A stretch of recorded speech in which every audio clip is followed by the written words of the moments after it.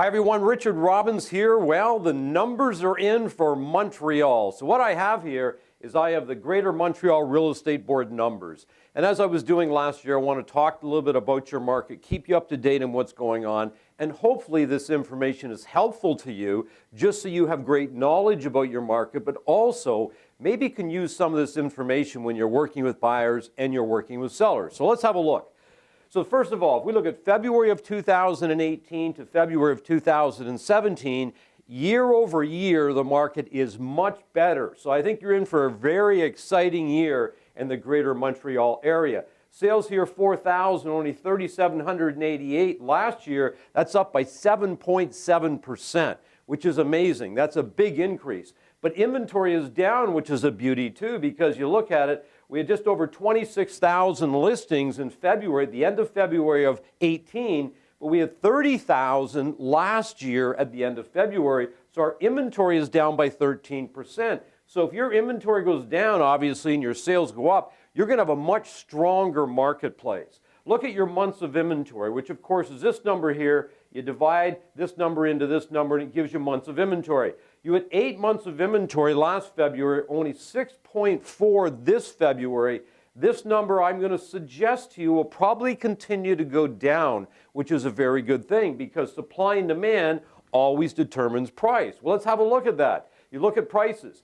February of 18, single family 310, condo 250, plex 481. Well, if you look at 17, you can see it was up 4.4% in single family, 4.6% in condos, and 1.3% in plex. So you can see here, very, very cool that your prices are actually increasing, and I think you're going to see more of that as we move into the spring market. So where do we stand so far this year?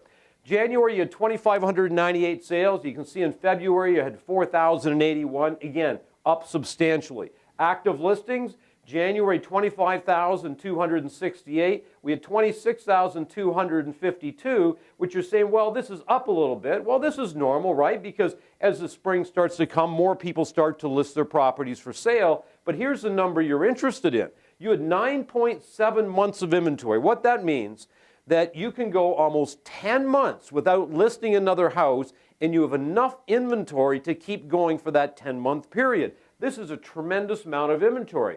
When you have this sort of inventory, if it stayed here, what would happen to prices? Price would weaken. But look what's happening.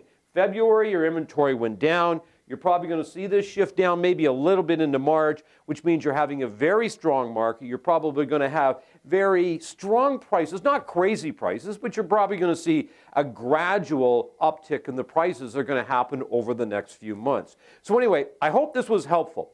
But don't just watch this yourself. I would take some notes maybe in some of this information and say, how can you start to use some of this information in your presentations so that you put buyers and sellers in a much better position to help them make the right decision. We call it tripping over the truth. If you have great information in buyers and sellers, they trip over the truth. They see the true reality of what's going on, which means then they're educated and they can make better decisions. And I believe that's our job as real estate sales professionals. So anyway, hope this was helpful. And remember, it's a beautiful life. Get out there and make it count.